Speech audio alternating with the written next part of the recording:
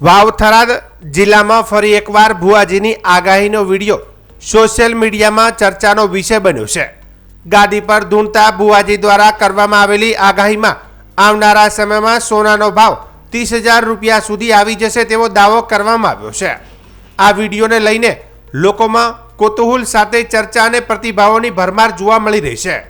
Social media platform પર viral થયેલા આ વિડીયોમાં ભુવાજી આત્મવિશ્વાસપૂર્વક પોતાની આગાહી રજૂ કરતા નજરે પડે છે।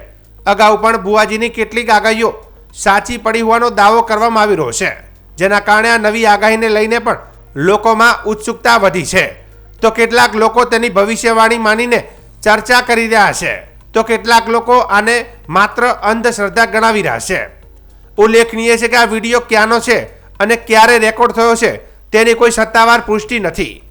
યે ન્યૂઝ ઇન્ડિયા ગુજરાતી દ્વારા પણ આ વિડીયોની સત્યતા, સમય અને સ્થળ અંગેની કોઈ ખાતરી આપવામાં આવતી નથી।